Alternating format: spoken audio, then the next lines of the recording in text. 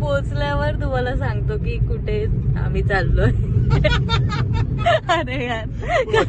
Tampu Dawn Vlog, yeah, you know the vibes.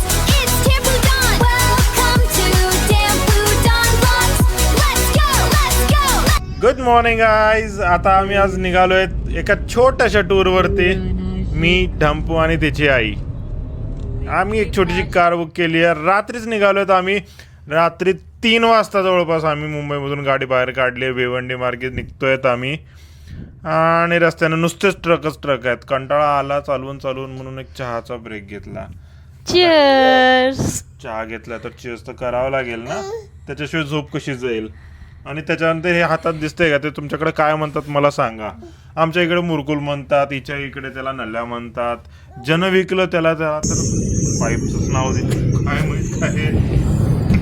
आम्ही अर्धा तास तर त्याच्यावरच भांडत होतो, काय नाही. सकाळ झाली पोहोचता तसे जागेच होतो आम्ही सगळे. छोटासा ब्रेक घेणं तर बनताय ना, पण ठीक आहे. कारण की ढंपू झोपली होती ना इथून तिथून रस्त्याने. ती जागी झाली तर तिला उतरून जरा डोंगर, दर्या, झाडं, झुडपं, पक्षी दाखवावं लागतात. मज्जा येते ना, त्याच्याशिवाय कशी मज्जा. पण लाडाला खूप आली होती. नुसते खांद्यावरती डोकं ठेवून झोपायचं होतं तिला. तशीच गाडी काढली, छोटे नागमोडी वरण करत.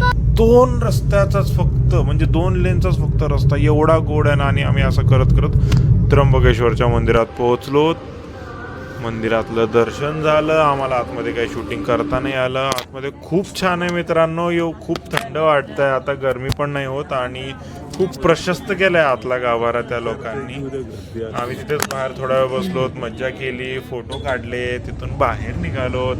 बाहेर निघाल्यावरती तिथं उलटा वडापाव दिसला. अमुक सगळं खाल्लं, नाश्ता केला, सगळं केलं. आणि परत आम्ही नाशिकच्या दिशेने निघालो आणि पोहोचलो पेरूच्या वाडीमध्ये. तर मित्रांनो, हो, आम्ही आधी त्र्यंबकेश्वरचं दर्शन घेतलं आणि पुढे जाऊन आम्ही नाशिकमध्ये आलोय.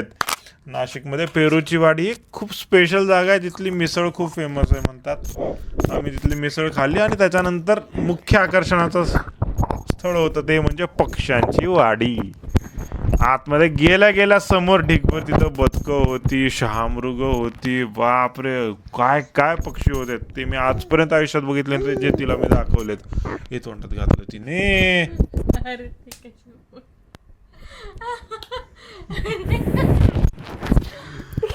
हे शूट करता माईक तोंडात घातला. ढोपून काय करायचं. पण त्या ठिकाणी एक मस्त जागा आहे मित्रांनो, जिथे हे सगळे पोपट तुमच्या हातावरती येऊन बसतात आणि दाणे घालायला लागतात.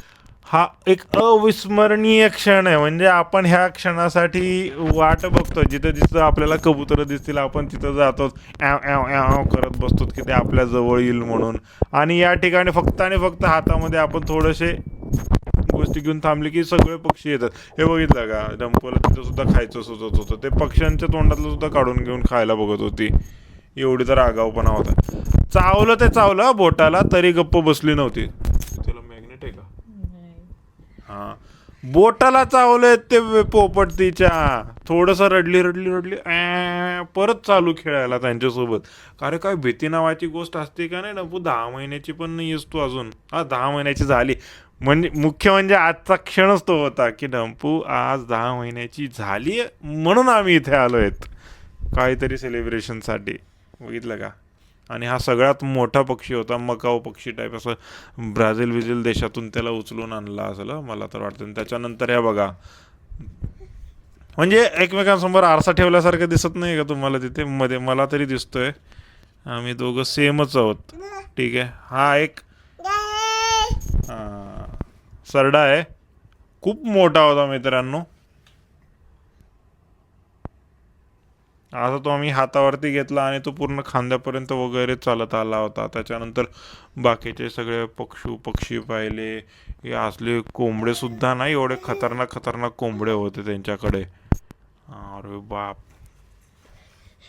खतरनाक. असला कोंबडा तर कधीच नव्हता बघितला. हे सशे प्रियंकाला सशाचं फार वेड होतं, पण नुसतं हात सुद्धा लावायला म्हणून गेली नाही. ते कसं तरी होतंय करत. मसक्कली. हा हे तर बाबा पहिल्यांदाच बघितलं हा. मोरासारखा पिसारा फुलवलेलं कबूतर. मसकली मसकली उड मटक मटक मटक कली मसकली मस मस मसकली मटक मटक. अरे ते भाषेचा अलंकार आहे ना. तर राहणारच्या मारी काय आहे त्याला. परत एकदा मी त्या सरड्यासोबत नाही, तो सरडा माझ्यासोबत आहे. कन्फ्युजिंग आहे. त्याचा शेपूट जरी बघितलं ना तेव्हा माझ्या गुडघ्यापर्यंत चाललंय खाली शेपूट त्याचं, गुडघ्यापर्यंत. आता काय करू असं एवढं जवळ आलं होतं ते मला ज्या असं पप्पी बिप्पी घेते की काय मला. ये सब क्या आणि आपण देखना तर पड़ बघत रहा है? राहतो ना असं अच्छा है मैं अंधा. जिओग्राफीवर सरडा बिरडा एकदम गोल गोल झालेली जीभ एकदम बाहेर काढतो आणि लांबचा पक्षी बिक्षी छोटासा किडा बिडा खातो काय, तसं मला वाटत होतं. हे माझ्या तोंडावरती जीभ बीप मारतोय की काय हा सरडा म्हणून. पण लकीली तसं नाही केलं. आणि त्याच्यानंतर आम्ही हे असल्या त्यांनी आर्टिफिशियल पॉन्ड बेड बनवलाय माहिती का. त्याची डेप्थ खूप जास्त नाही पण ते त्याच्यामध्ये एकदम असं गोल नाव ठेवली ते तिथले बाली बिली स्टाईल वाली. त्याच्यामध्ये माणूस बसवतो आपल्याला आणि फिरवतो. छान दोन्ही बाजूनं मस्तपैकी पेरूची झाड आहेत, थंडगार आहे.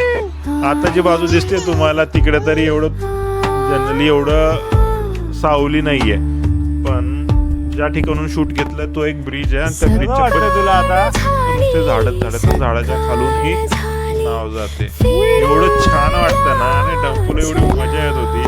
खाली बसवलं होतं तोपर्यंत ठीक होतं. नंतर पाण्यामध्ये हात टाकायचे होते. पाण्यात हात टाकून कंटाळा आला तर तिला पाण्यात पाय मारायचे होते. दिसतायत का ये छपक छपक छपक चालू काय काय. ही ती दुसरी बाजू तुम्हाला म्हटलं ना. ते बघा कशी तडफड चालू होती. पाण्यात पाय मारायची वरती घेतलं की तडफड चालू झाली जीवाची. मला अजून पाण्यात जायचं.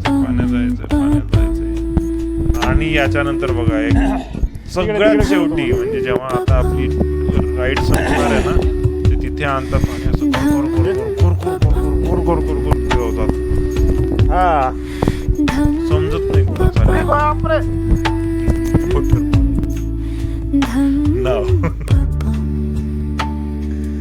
खूप छान आहे मित्रांनो. एकदा तुम्ही तुमच्या लहानग्या बाळांना घेऊन इथे व्हिजिट करा.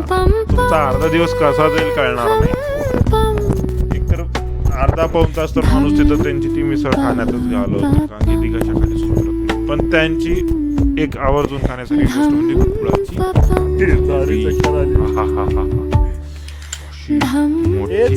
पाण्यात पडतात. आता आम्ही झाड आहे मज्जा येते ती खाऊन माहितीये का. थंड थंड आंघोळ मिसळ खाऊन एवढी मजा नाही आली जेवढं ती जिलेबी खाऊन आली होती. खरं सांगतो तुम्हाला अतिशय आनंद म्हणजे मन तृप्त झालेलं. त्या दिवसामधल्या 4 गोष्टी जर सांगायचं झालं तर पहिले त्र्यंबकेश्वराचं दर्शन, दुसरं आहे पेरूच्या वाडीमधले पक्षी, ठीक आहे, आणि तिसरं म्हणजे ते काय म्हणतात आता जे म्हटलं मी ते गुळाची जिलेबी. हो हा त्याचं ते डोक्यामध्ये बनवते आणि चौथा म्हणजे सरडा. कडक होता तो. घरी घेऊन या